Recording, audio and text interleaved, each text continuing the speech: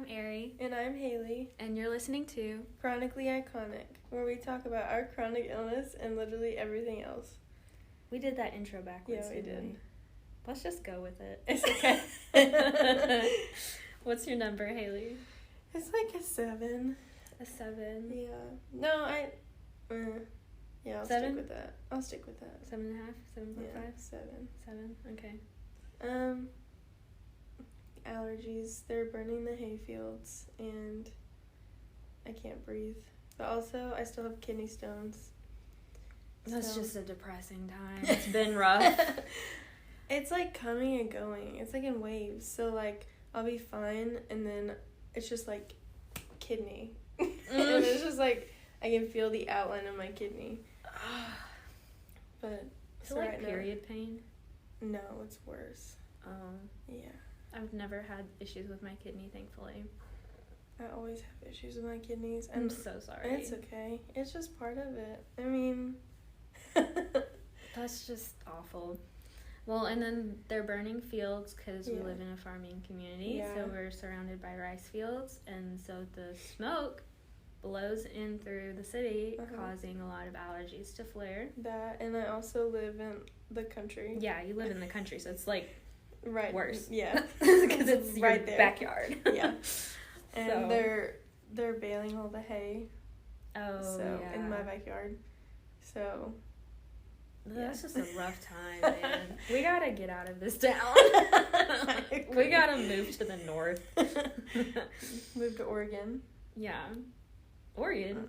Is that just a random place? Yeah. Okay. Anywhere but here. Well, my number is at a 5 today, which is wild. I'm so proud. Because I have been in a constant flare episode for a long time, and I've been at a 7 and an 8. An 8 and a 9 for like 2 months, and I got a new medication. It's technically for ADHD. It's to help me stay awake during the day and be more alert.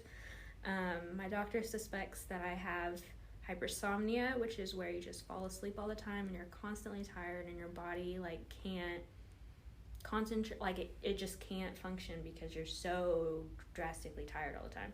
I was sleeping like 15 hours. It was like ridiculous. And then I'd have to take naps during the day, and that's not normal, and you can't live your life like that. You can't have a day. No, you can't get anything done. So I started this medication about a week and a half ago, and I think I'm more awake and more alert, and you say you could tell a huge difference. Yeah, I can. I can just... I can just tell. I mean, we got lunch a while ago, and you just... I mean, I can't even form a sentence, but I can tell that, I mean, you just seem more joyful, and... I've never viewed myself as a joyful person. I do. So that's great to hear.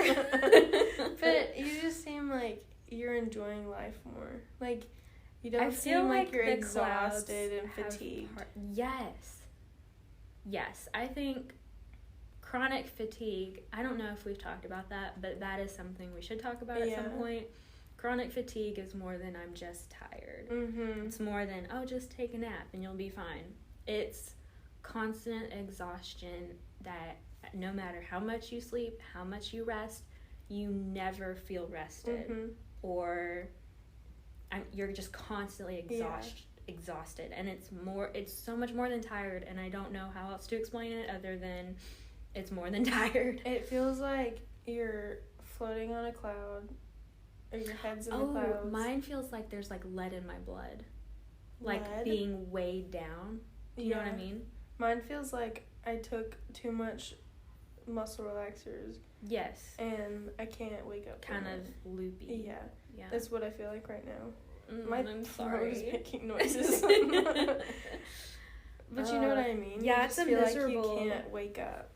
Yes, and then feeling that way and having to do school or work, oh my gosh, just forget about it. It's so hard. People have no idea. Okay, well, we're talking about the fear of missing out, or FOMO, and the fear of missing out with a chronic illness is so much deeper than, I wish I could have gone out with my friends last night. It's deeper than that. Yeah. Do you want to talk about your senior year of college? Because this is, like, you'll never get this back. There's a lot of, like, I don't know. I'll just let you kind of talk about that. So, this is, like, I'm a senior in hours, but I'll graduate next year. So, my senior year of high school, my stomach is making noises. My senior year of high school, I walked at graduation, I went to senior night, and then I went to prom, and that's about the only senior things that I did. Were you able to, like, go to classes? I went to, let's just say I missed more school than I went to, because I was, my junior year is when I started getting sick. It was my second semester of my junior year. And so that was my whole senior year was when I was flaring constantly, and I was having isolated. Yeah. At home. And that was basically isolation for me. And so I was going to doctor's appointments literally every other week, and I was getting hospitalized, and I was finding new not diagnosis, but like what is the word? I was having more symptoms, side effects. Okay. Yes. I was having more symptoms that were showing up, and like I would go to school for like half a day, and then a new symptom would show up, so I'd have to go home, and we'd try to figure it out. But dang, my stomach. So that versus my college senior year, I want it to be different. Yeah, you want to, like, make up for... Yeah, I want to make up for lost time that I missed or didn't have, you know, because I want to do everything that we're doing, you know. You want to have all those experiences. Exactly. Make up for what you didn't get to experience. But then you, like, legit just want to do stuff with people. Yeah, I want to be able to be an adult and, like... go out at midnight. It's hard to feel like you're an adult when your mom takes you to doctor appointments and, like, brings you ice packs when you flare, and you just don't feel like an adult. You feel like a kid, or at least I do. No, I'm the same way, and, like, I want to feel like I can, you know, stay out all day and like have a job, and then go to school and, like, stay at school all day, and actually be able to, like, participate in school, and then hang out with friends later, and then study and walk at graduation without any mobility devices or mobility aids. So that's my hope for this year, but also at the same time I'm really struggling with FOMO, not because I'm being left out by anyone, but more of just myself. Like, I'm struggling myself with, like, I'm telling myself, you have to go to this thing that is being planned, because if you don't go here, like, you don't know, if it's, you'll never get to go again. You may never experience it. What if the next day you flare for a month, you know? So. I think it's a feeling like you have to go to every single thing, even if you don't want to go, because you don't know when you'll have to isolate yourself again, because you'll have a flare, and the flare could last for a few minutes, couple hours, couple days, couple weeks. At the worst case scenario, it can be months, and you just never know when the next one comes. Exactly. So there's, like, all this pressure to do all the things while you feel okay, and by feel okay, I mean, like, you're in pain all the time, but well enough to get in a vehicle. Yeah, but you push through and act like you're not in pain so that you can have a life and try and enjoy it. And it's so much deeper than just, oh, I missed out on pizza night. Like, like, it's just more. The first week of school, I had already missed 5 events because I was flaring. And so I was like, I'm telling myself, like, you're not allowed to miss anything else because you already missed 5 things. But, like, that's not fair to myself. No. That's just overworking myself. And then that'll make you flare worse. More. Yeah. So. I think something that I've worked really hard on, or at least tried to, and still working on, is, let's take there's a football game this Saturday, and I was invited by awesome people, and AKA me. Yes, you and a couple other people. They were like, hey, there's a football game, you should come. Here's my thing. I don't like sports. Come at me if you want, but I don't like sports. It's not, I don't get a lot of fun out of it. People. Yeah, let's go to a gallery. That's what I want to do. But I was thinking, and I was like, because here's what goes through my mind when someone invites me to do something. I go, what am I feeling? How will I feel that day? Do I have anything else that day? Can I push through? Do I have medication? Do I, like, there's this checklist that I have to, like, figure out how much energy it will take if I have time to rest before and after said event. It's a whole ordeal. And I was like, well, you know what? I don't like football. Yeah. It's not something that I enjoy. I don't like the outdoors. I know I sound really sad. I don't like the outdoors. I don't like football. I love these people. But to me, I don't want to go to a football game. I'd rather, like, go grab lunch or hang out and watch a movie. Those are things that I want to do. And so because I don't have a lot of energy to begin with, I have to be really picky about what I choose to do and what I don't do. And so for the first time in my life, I said, no, thank you so much for inviting me. I don't want to go. I'm not really into football, but let's hang out for lunch next week. And you guys were so chill about it because my friends love me and aren't going to, like, pressure me or make me feel bad for saying no to something that I don't want to do. And it's not because it's just I don't want to go. So I said no, and then I'm working on being okay with that. Yeah. Because I think last year I would have forced myself to go to things that I didn't really want to go to simply because I didn't want to miss out, and I don't know when I'm not going to be able to see friends again. But the thing is, and I'm learning this, and I'm trying to It's hard. It's so hard. Is that, like, when I'm sick, like, people can come see me. Like, I know that I don't... Oh, that's interesting. I don't really like seeing people when I'm sick. But there's certain people that I'm like, yeah, you can come over and see me. Like, a select few. Like, they can still come see me. Like, even though I can't move. Like... Yeah. I never thought about that. Yeah. I don't think I've ever told people, like, hey, I'm flaring, come see me. Because, I don't know, you're sick in bed. I don't know. But at the same time, like, I do want that. Well, there's only a select few, but, like...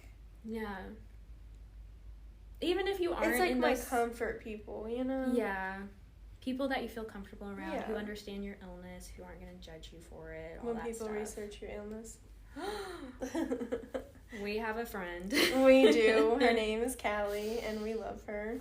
Can we just talk about what an amazing person? Loyal, genuine.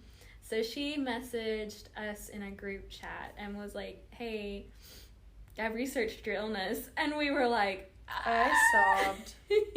I did. And I mean, people just don't really take the time. And I think it's just busyness, you know. I don't think people mean to be, like, rude or anything about it. And I'm not saying you have to research my illness to be my friend. No, that's not it either. No, but just taking the time to do that means the world. Yeah, it really does. It's just an extra step. I have a short story. When I was in high school, I also missed out on a lot of events and a lot of classes and church things. But my dad always went, and he would always come home and say, so-and-so saw you and wanted me to tell you hi. Here's the deal. That isn't good enough. It's not. It's not. If you know me and if you love me and if you care, you will pick up your phone that you're on all the time anyway, and send a quick text. Yeah. Telling a family member to tell us hi for you isn't enough. It doesn't like, oh, I was a good person because I told her parents to tell her hi for me. Like, that's not... How does that make you feel? I mean, I understand where they're coming from because I know I've done it before. And I know that I don't text people enough, like we were talking about at lunch. I know that I don't text people enough. I need to work on that, I forget that people perceive me and, like, think about me, you know? And so I think I'm also... Which is another story for another day. But... Because I'll go on a tangent. But I agree because, you know, people... When I'm flaring... Like, I flared in March. Like, for a month and a half. I remember that. Yeah, it was not fun. But, like, my comfort people, you know, you and Callie and, I mean, I'm not going to name everyone off, but the people know who they are, texted me, and then there were people, like, telling my family or, you know, tell HAILEY that we're praying for her, like, which I appreciate, but at the same time, it's not the same. I appreciate when you text me. That means the absolute world to me, even if you just say, I love you, or I'm praying for you, or sending good vibes, you know? Like, it means the world. It means more, or a meme, or a heart, you know? It means the world to me. It means, it makes me know... It makes you feel seen. It helps me know that you're thinking about me. Yes, it means so much more than tell so-and-so I said hi, because that's really easy to do, and that's like a pat yourself on the back because you reached out or whatever with quotation marks. But, and I agree, I need to work on that myself, but that is something that, like, is so hard and so isolating with a chronic illness. It just hurts deeper missing out on things. Yeah. Hurts different. It does. And I completely just forgot what I was about to say. Me too. It was like on the tip of my tongue. Well, I want to go back to feeling confident in not going to things that you don't want to go to. Okay. Because why do we put that pressure on ourselves? Because our culture is busyness. That makes sense. You know, everybody feels like they have to always be doing something. Like, we've talked about that multiple times before. Yeah, we have. It seems like it always goes back to that. Like, it goes back to the culture, American culture. It does. I don't think it's this way all around the world. Feels like they have to do something.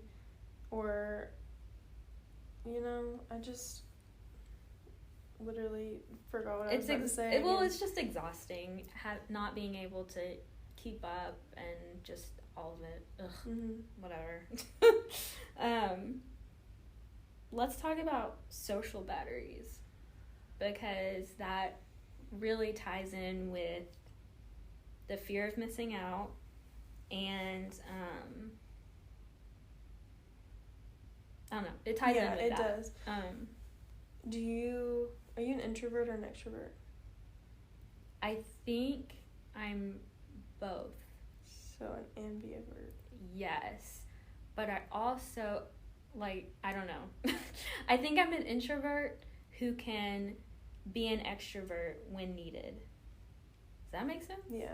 I am an introvert. Yes, through and through. I like the people I'm friends with. You like your circle? I do, but meeting new people stresses me out. Really a lot. It's a stressful situation, I think, but I think I'm really good at faking that I feel confident. And when I don't feel confident in a new setting or with new people. But that also could be masking, which is when... We're really good at it. We're so good at it. We need to be winning acting awards over here, because part of chronic illness and life with a chronic illness, like the main part of it is pretending you're not in pain so that you can function and be with people. Because if I showed people how I really felt, people would be calling 911 and it would be very traumatic to the people around me. It's not traumatic to me anymore because I'm used to it, but how many times do I just want to collapse on the floor and just lay there while I'm talking to someone so I can continue the conversation? But, like, that's how I feel. I need to lay down. Yeah. So you talk to me, but I'm going to lay down on the floor. Yes. Like, that's how I feel all the time, but I can't act that way because it's not socially acceptable to just lay down on the ground when you're having a conversation. So, masking. Masking or social battery? Well, both are relevant. Okay. We're kind of talking about both, but... Masking is just part of the daily life. Yeah. Now, social batteries... Have you ever faked that you have energy when you don't? Oh, because absolutely. That's masking, too. Isn't it? Mask my pain a lot, and I've you heard mask that energy? I'm really good at it. No, I'm not very good about masking my energy. Like, right now, I'm, like, out of energy. And the people that I'm, like, really close to know, like, when I'm out of energy or, like, social battery, and I'm not good at masking that. Like, when I'm done, like, Maybe we need finished. to, like, explain the social battery for people who aren't introverted. So, for me, when I... Okay. For being me... with people... Being with people wears me out. Okay. That's not even a chronic illness thing for me. It's just, like, it just wears me out. Yeah. And so, to recharge myself... I'll hang out with people that I know I don't have to talk to be comfortable around. Like, I can sit in silence. So, you, or, like, you know, our close friends. Or I'll go home and I'll sit by myself, or I'll read a book, or sit in my car, or just sit with my family. And that's how I recharge. I think I'm a little bit more of an extreme. To recharge, I have to be completely alone. Do you? I cannot sit in silence, even with close friends, and even with my family. I can't recharge around anyone. So that's interesting that you pointed it out, because I never thought about it.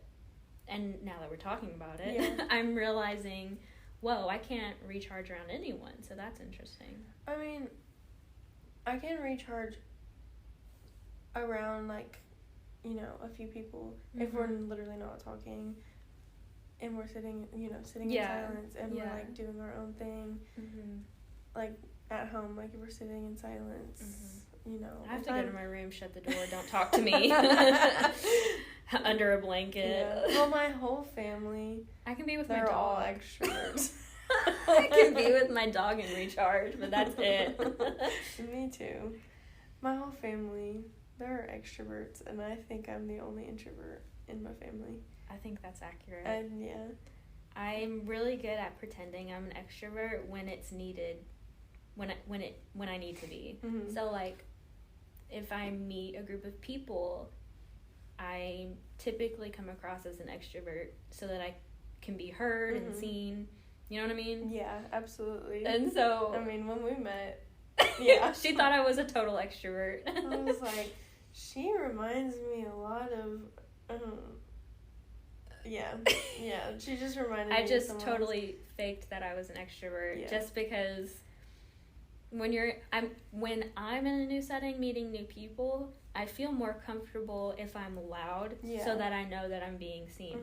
I wonder if that's, like, a personality thing. That kind of sounds like maybe there's an underlying issue. Oh, underlying trauma? Yeah, that kind of sounds like... Oh, you know what? I think it relates back to being isolated for so long and feeling not seen and not heard. Yeah. I mean, there's some situations where I feel like I have to project. Not project, that's not the word. maybe my voice. Yeah, project my voice. Sorry, I'm a choir kid. Turn it up. Turn up the volume. Projecting is a choir term, so I'm okay. Well, I'm a choir kid. That's what it is, isn't it? Yeah. Projecting. But yeah, I just say being louder. She's being real loud. But yeah.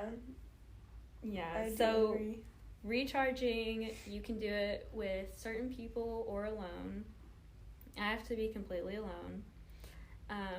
So if you have a full battery, what are things that you can do, like, when you have a full battery? Like, when I have a full battery, I definitely want to see my friends, because I know that I can be with people and I won't feel completely, I won't feel sick. Like, I'll feel semi-normal. Yeah. Does that make sense? Yeah. So what are, like, things that you want to do when you feel like you have a full charge of battery? Like, you have a lot of energy. I want to, like, hang out with people. Church, BCM. You want to do all the things. Yeah. You BCM is the Baptist Collegiate Ministry on campus. It's like a campus. It's a club we're both in. I'm kind of in. I don't go to the college, so I just kind of show up sometimes. But do you feel? Because I feel like this. I'm like, I have a full battery. I'm gonna do all the things, and then I flare because I did too much. Yes.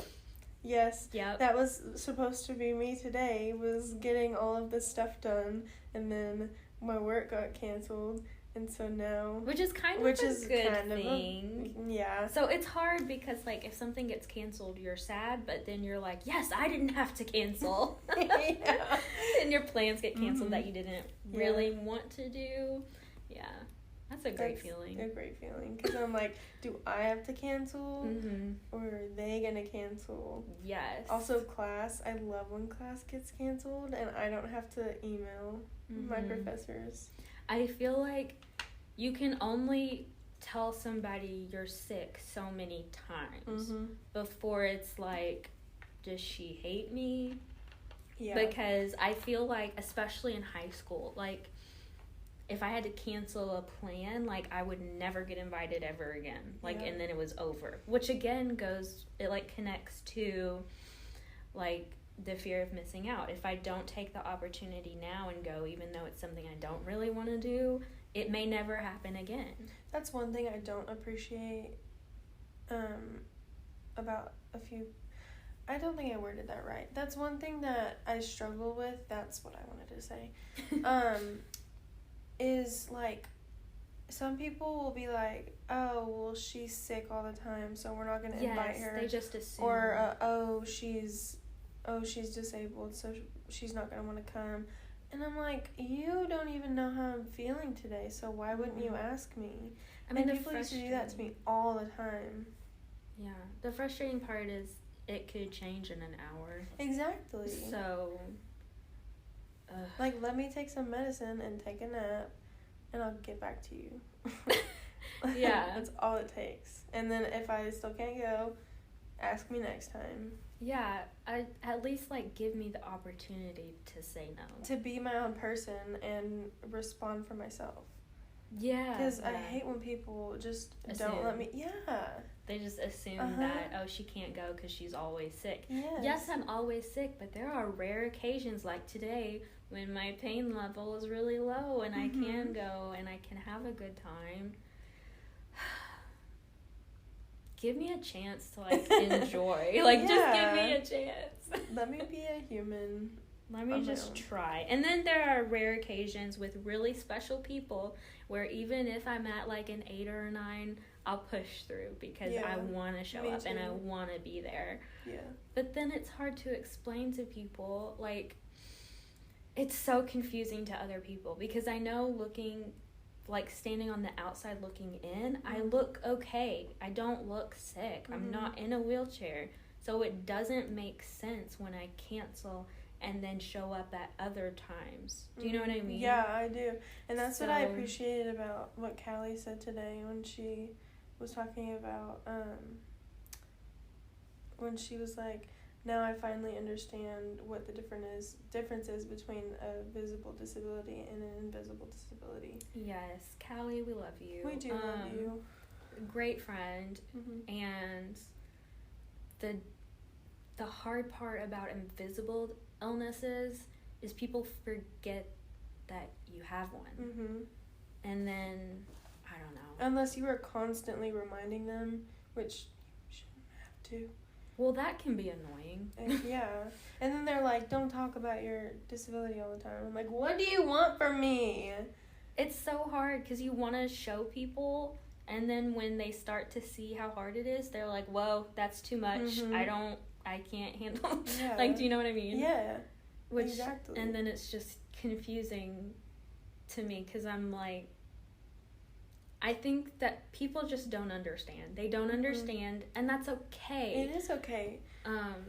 But I don't know, allow grace, allow, like, give me a chance. Like, I don't even know.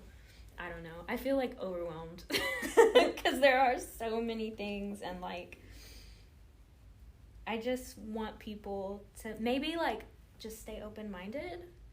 Yes. Do you think that, like, that would sum up, like, what I'm trying to, like, say? Stay open-minded. Be open to learning new things. Mm-hmm. And be open to, like, different lifestyles. Exactly. Because in my life, like, when I meet new people, sometimes I do let them know, like, hey, please invite me to things, but no, I probably will cancel a lot. But I still want you to invite me. It's just my chronic illness, and just keep inviting me, even if I cancel. But I just wanted to let you know up front. Mm-hmm. And some people, like, just don't understand, and that's okay. Mm-hmm. But there are other people who do put the effort in and are like, okay, well, I'll just invite you. So just, like, stay open to a different way of living, because that's all it is. Like, if you think about it. Exactly. Like, let's get down to, like, the bare roots. It's just a different way of life, I think. Yeah, it is. Would you say? I agree, yeah.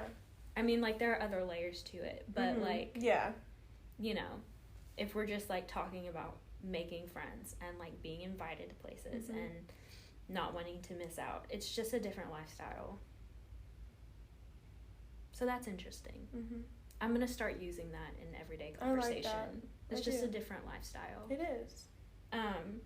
Let's talk about, because we talked about, like, things that you've missed out on, but what are things that you have gotten to do that were, like, maybe seem small to other people that are actually a really big deal? Like, this one time I went to a concert for the first time, and I think I was, if I remember correctly, it's like, my life is a blur. I don't remember dates and things. Same. But I was, like, I think I was 21, and I went to a concert, and what concert was it?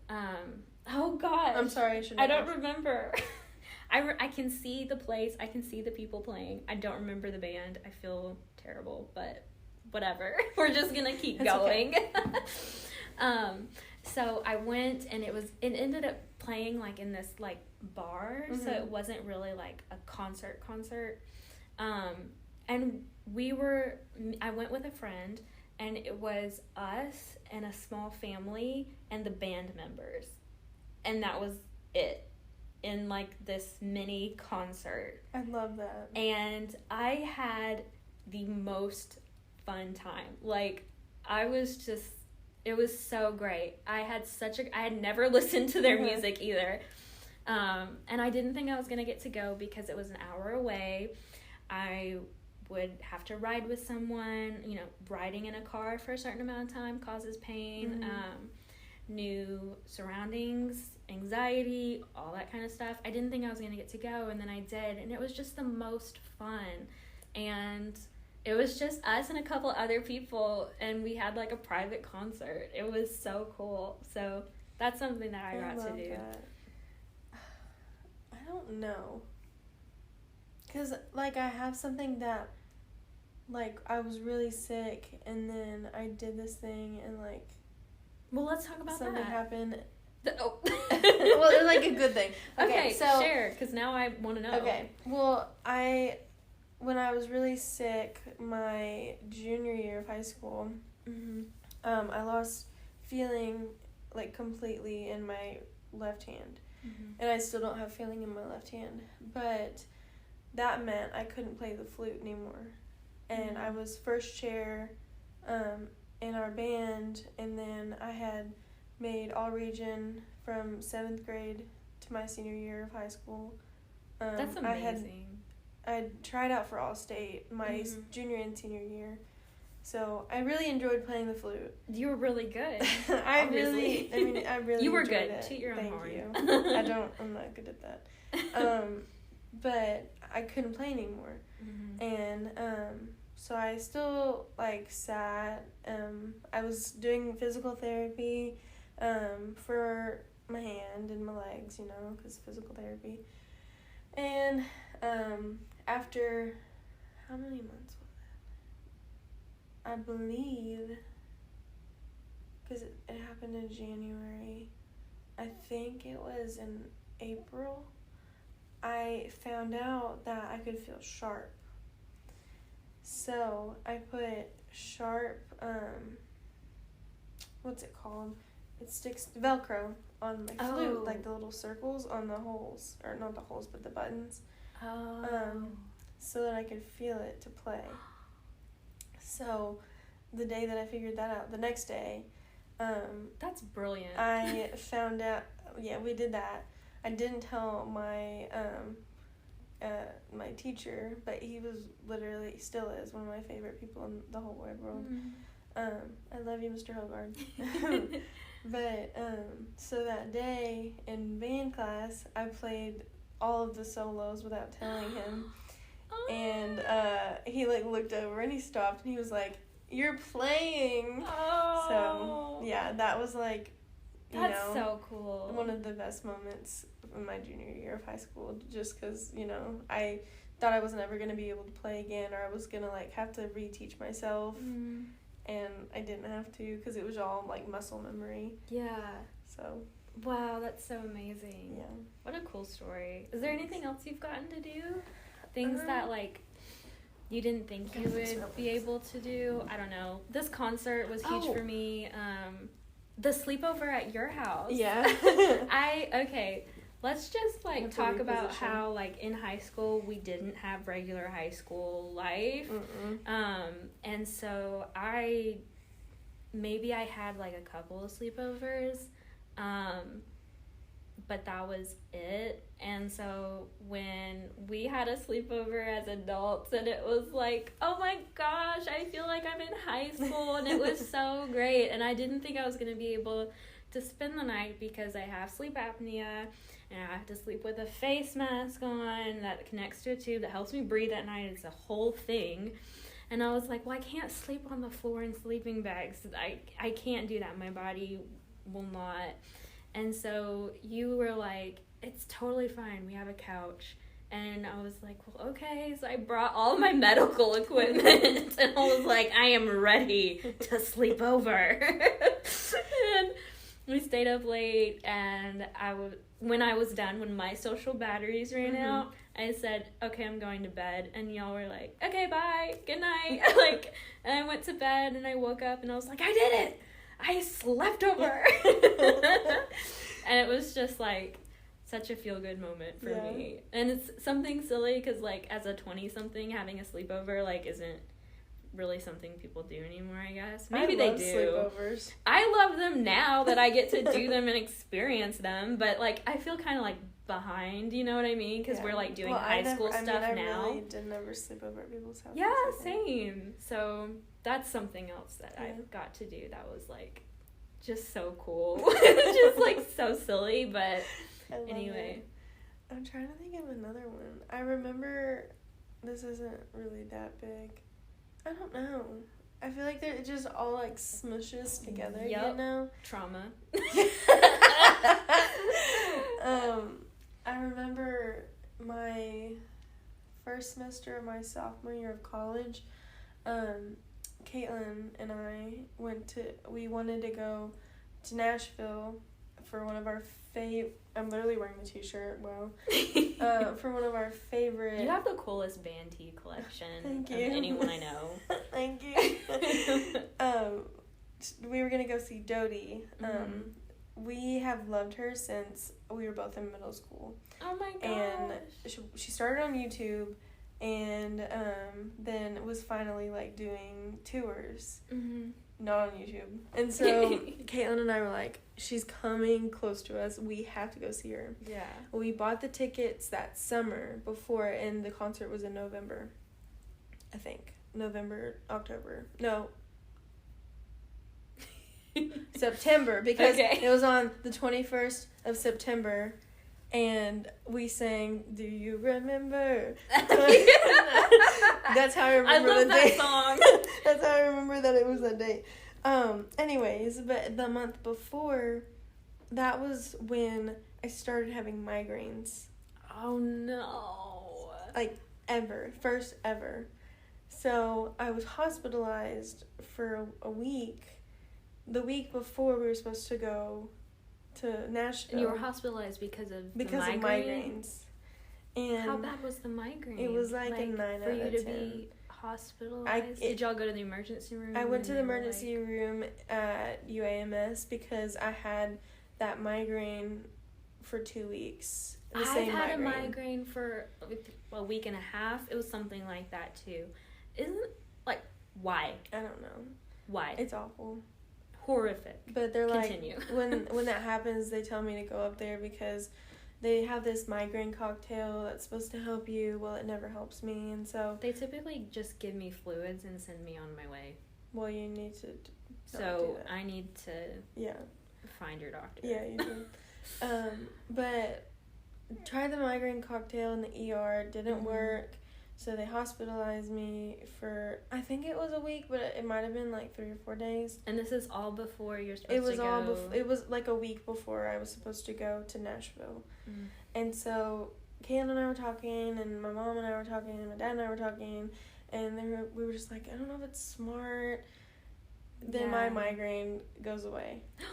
And so I was like, okay, I don't know if I'm strong enough, because it was the next weekend, you know?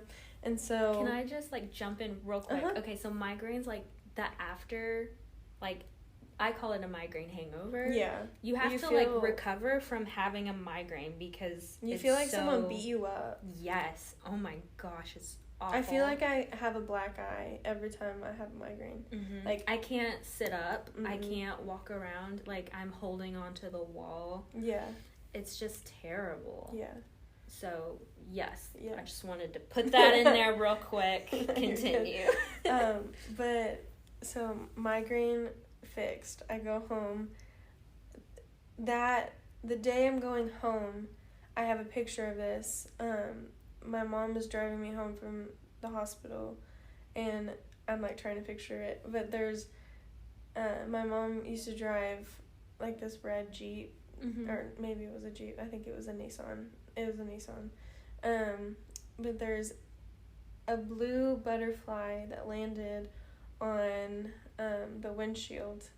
And butterflies have always just been, a really big thing for me. Butterflies are the symbol for MS. They just have always been, a symbol for growth for me. And I'm getting one tattooed on my body very soon. Cool. So I was like, I'm going to be okay. So the next weekend, I went to the concert. Oh my god. Got a shirt. The concert was Friday, that Friday night. Did y'all stay in We stayed in Nashville. The next Saturday, we spent that whole day in Nashville, got to sightsee. That's so awesome. And I just, I was like, I can do this, I'm gonna make it through. So that was a really big thing for me, because normally after you leave the ER, the next month is you're still you're going through it, recovering from the episode essentially. So I just felt that was a good time for me. Yeah, that's so. And I have the picture of the butterfly on my phone. Oh my gosh! Yeah, I love that. Yeah. I still have that. Well, here's to more good things happening to us, because we deserve it. Oh my gosh. We do deserve it. You've had a good week. I have had a good week. My business is kicking off. Got a lot of design work that I'm working on. Working with some nonprofits, which is like the dream for me. I'm doing really well, and I am like waiting for the other shoe to drop. Oh, you're just gonna keep doing well. Oh, thanks. We're gonna get you better too. We're gonna get you this dang diagnosis. Ugh. That you're still not officially diagnosed with, which is like a whole nother legal thing, and we'll have to talk about that in another podcast. But are your social battery up? Are you done? No, I'm okay. You're okay? Yeah. Do you have another story? I don't think so. Okay. I mean, I don't know. It takes me forever to like think of things. Like at lunch when we were talking, and Callie would say something funny, or you'd say something funny, and then it would take me like 20 seconds to process, and then laugh, and like respond. Yeah. Well, I have another story because it's a small thing, but I think people take it for granted a lot of like going and eating lunch with friends. Mm-hmm. So on Sunday mornings, there was a point in time where I couldn't go to church anymore because my pain was so bad, and waking up early was really difficult. Yeah. And so during this time, I just wouldn't go to church, and then I would meet up with friends and eat lunch. And that in itself was so life-giving, because when you're isolated for so long, you don't have people reaching out to you. There are only short periods of time when you feel okay. Small, like, things like that, eating lunch, is such a big deal. And I've got to do that several times over this last month. And it's just things like that make a huge difference in your outlook on life. And I don't think I ever realized just how important relationships are, just friendships, until I have my friends that I have now, you and some other people who know who they are. But I didn't know, because I'd never had that before. And I think people take it for granted a lot, that they can just go and do things with people that they love, and they don't have to like work hard at it, they don't have to plan out, they don't have to suffer afterwards either. Which is something that we don't really talk about, but after a social event, like a lunch, I'm using that as an example a lot in this, but it's just the first one that comes to my mind. But after lunch with friends, I have to go home and like rest, and sometimes that looks like getting in my pajamas and laying down on my bed and watching Netflix. Like a lot of times that's what recovery looks like for me. And taking pain meds and that kind of stuff too. So I just almost want to like tell people, just don't take that for granted, because there are major life events that I will never get to do, because high school's over. Like high school's over, college is over for me. There are just things that you can't go back and like do over. So yeah. Well, my social battery is up. I know you said you're good, but I'm not. So, have you had a good week? I have had a good week. Good. I haven't said that in a long time. I'm really glad you've had a good week. Thank you. I just want to shout out real quick before we finish. Okay. My sister Caitlin. Hey, Caitlin. Took her I don't know what it's called. Oh my gosh. She graduated with her social work degree and her master's. She took her whatever it's called, social work test. It has a fancy name, but I don't know what it's called. And she passed it. She got her license. She's legal. So she said help people legally. LCN? No. LS. I don't know what it's called, but Caitlin, I love you. We don't know what you did, but you did it great. My brain fog is so bad. So I'm proud of you, and I love you, and you deserve it. Yes. So we all deserve good things. We do. So Okay. Okay. Thanks, guys. Bye.